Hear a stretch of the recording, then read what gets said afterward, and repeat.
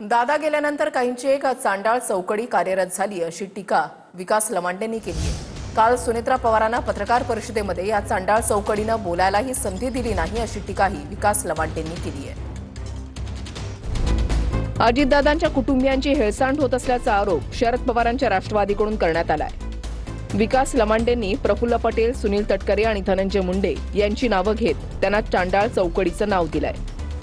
दादांची तिजोरी ताब्यात घेण्याचा प्रयत्न तटकरेंकडून होतोय, तर पटेल राष्ट्रवादीचे मालक होण्याचा प्रयत्न करत असल्याचा आरोप विकास लमांडेंनी केलाय।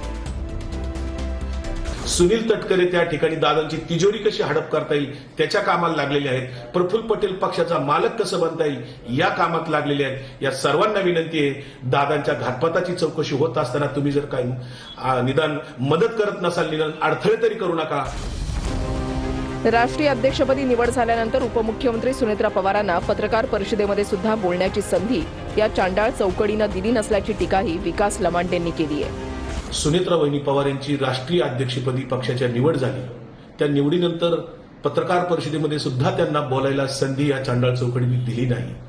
त्यानंतर कार्यक्रमाच्या व्यासपीठावर जय पवार जेव्हा व्यासपीठावर आले, त्यांना ज्या पद्धतीनं अंगुली निर्देश करून प्रफुल्ल पटेल यांनी इशारा दिला कुठे बसायचं ते, याच्यावरून कळतं दादांच्या नंतर दादांच्या कुटुंबियांची हेळसांड आणि अवमान कशा पद्धतीनं प्रफुल्ल पटेल, सुनील तटकरे, धनंजय मुंडे करत आहेत। तर सरोज अहिर यांचा समोर आलेल्या व्हिडिओवरून रोहित पवारांसह विकास लमांडेंनी टीका केली आहे। दादा हे दादा असल्यामुळे त्या गोष्टी तशा होऊन देत नव्हते, पण तरी जर होत असेल तर काकेंनी सुद्धा कुठेतरी सांभाळून राहिलं पाहिजे। एक पुतण्या म्हणून त्या ठिकाणी विनंती करतो। एका महिला आमदारांनी ते बोलून दाखवलं, ते एका व्हिडिओवर आलं आणि ते लोकांपर्यंत पोहोचलं।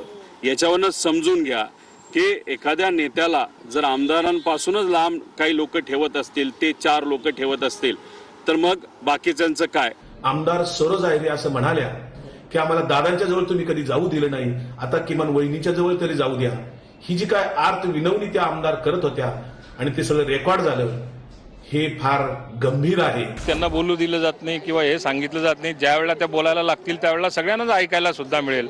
आम्हाला आत्मविश्वास आहे की ती वेळ यायची बाकी आहे आणि सुनेत्रा वहिनी सर्वोत्कृष्ट वक्ता म्हणून सुद्धा भविष्यामध्ये आपल्याला बघायला मिळेल। त्याची काळजी त्यांनी लवांडे साहेबांनी करण्याची आवश्यकता